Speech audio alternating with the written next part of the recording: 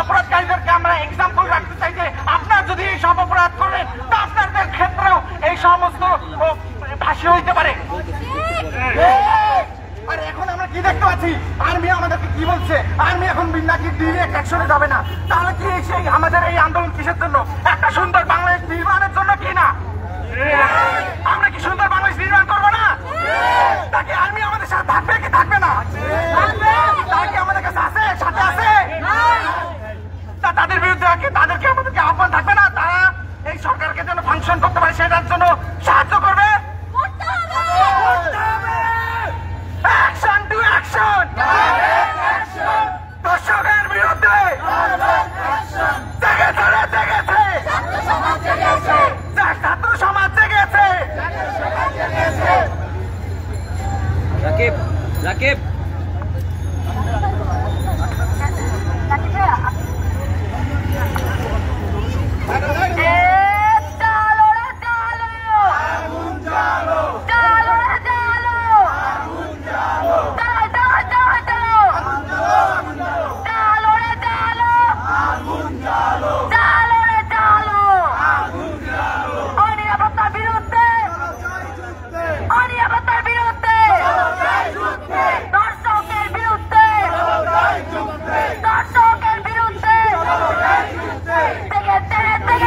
ছাত্র সমাজ জেগেছে।